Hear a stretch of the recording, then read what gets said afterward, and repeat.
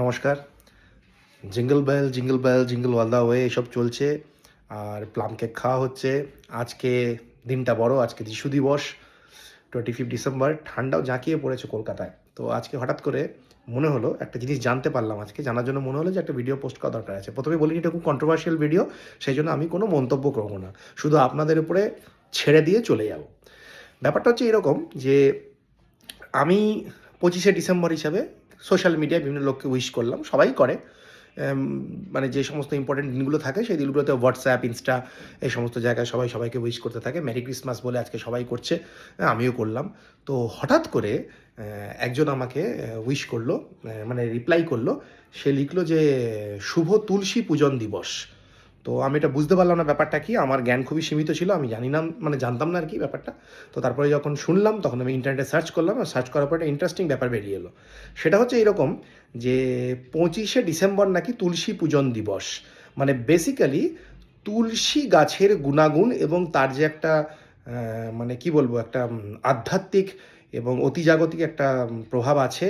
তার যেটা ঔষধি গুণ আছে এবং তাকে যে ভগবান হিসাবে আমাদের নারায়ণ এবং তার প্রতিনিধি হিসাবে পুজো করা হয়, এবং তুলসী গাছকে আমাদের সমস্ত শুভ কাজেই লাগে, মানুষের জীবন থেকে মৃত্যু পর্যন্ত। তো সেই ব্যাপারটাকে খুব ভালোভাবে আলাদা করে একটা সেপারেটেড সেগ্রিগেটেড সেলিব্রেশনের জন্য নাকি 25শে ডিসেম্বর দিনটাকে বেছে নেওয়া হয়েছে, যে 25শে ডিসেম্বর হচ্ছে তুলসী পূজন দিবস। এবারে আমার মনে কতগুলো প্রশ্ন জাগলো। প্রথম কথা হচ্ছে এই, যতটুকু আমরা জানি, মানে অ্যাটলিস্ট আমি জানি, যে ঋগ্বেদে এবং চরক সংহিতায় এবং সুশ্রুতের বইয়ে, মানে আজ থেকে প্রায় 3000-5000 বছর আগে থেকে তুলসীর যে একটা মেডিসিনাল গুণ ছিল এবং তুলসী গাছের যে একটা আলাদা আমাদের জীবনে অস্তিত্ব আছে সে সম্পর্কে বলা ছিল। এবং আমাদের প্রাচীনকালের ধর্মগ্রন্থে এবং কাব্যে এবং মহাকাব্যে আমরা সব জায়গায় দেখেছি যে তুলসী পাতা, তুলসী গাছকে একটা যথেষ্ট পরিমাণে মানে রেসপেক্টেবল অ্যাঙ্গেলে দেখা হয়। তো আমার মনে হঠাৎ করে প্রশ্ন জাগলো যে এতদিন পরে, যখন 3000-4000 বছর ধরে এনসায়েন্ট ইন্ডিয়ান হিস্ট্রিতে তুলসীর এত বড় একটা ইম্পর্টেন্স রয়েছে, সেখানে এতদিন পরে তুলসী গাছকে নিয়ে হঠাৎ তুলসী পূজন দিবস পালন করার কারণটা কী? এবারে যখন আমি জানতে পারলাম যে এটা নাকি শুরু হয়েছে 2014 সাল থেকে, মানে তার আগে তুলসী পূজন দিবস বলে না তো আমাদের হিন্দু ধর্মগ্রন্থে কোনো কিছু উল্লেখ ছিল, না তো আমাদের হিন্দু ধর্মের যারা ধারক এবং বাহক তারা এ সম্পর্কে কোনো কিছু বলেছিলেন, বা না তো তুলসী পূজন দিবস সম্পর্কে আমাদের এনশায়েন্ট মহাকাব্য, কাব্য বা ধর্মনৈতিক যে সমস্ত মানে ধার্মিক গ্রন্থগুলি আছে তার মধ্যে কোথাও কোনো রকম এই ধরনের অস্তিত্ব পাওয়া যায়। তাহলে 2014 সাল থেকে হঠাৎ করে আমাদের মনে হলো যে তুলসী গাছ এতটাই আমাদের জীবনে ইম্পর্ট্যান্ট, বা ইম্পর্ট্যান্ট ছিল, বা ইম্পর্ট্যান্ট হয়ে আছে, যে তাকে রেসপেক্ট এবং তাকে একটা এন্টিটি দেওয়ার জন্য আমাদের 25শে ডিসেম্বর দিনটিতে তুলসী পূজন দিবস হিসাবে পালন করতে হবে।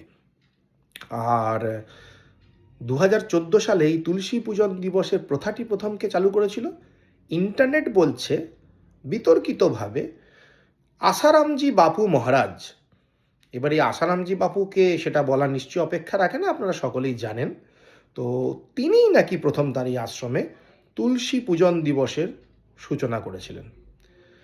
বুঝুন ব্যাপারটা, আপনারা বুঝুন। আমি তো কেক খেয়ে নিয়েছি, আর তারপরে মেরি ক্রিসমাসও সবাইকে করে দিয়েছি। মাদার মেরি আর জেসাস ক্রাইস্ট রক্ষা করুন। হ্যাঁ, বাই দ্য ওয়ে, এটা মাঝখানে বলে নিই যে 25 ডিসেম্বর মানেই যে যিশুর জন্মদিন, বা যিশু ওই দিনই জন্মেছিলেন, যিশুর বার্থডে সেলিব্রেট হচ্ছে, এই সমস্ত তর্ক বিতর্ক আমি যেতে চাই না। আমি মোদ্দা কথা বাঙালি খেতে ভালোবাসি, তাই কেক খেয়েছি, ব্যাস হয়ে গেছে। কিন্তু আপনারা ব্যাপারটা দেখুন, 25 ডিসেম্বর বড়দিন, তুলসী পূজন দিবস 2014, কে খতরে মে আছে আর কে যে অন্য কিছু ভাবছে। ভাবুন, ভাবা প্র্যাকটিস করুন।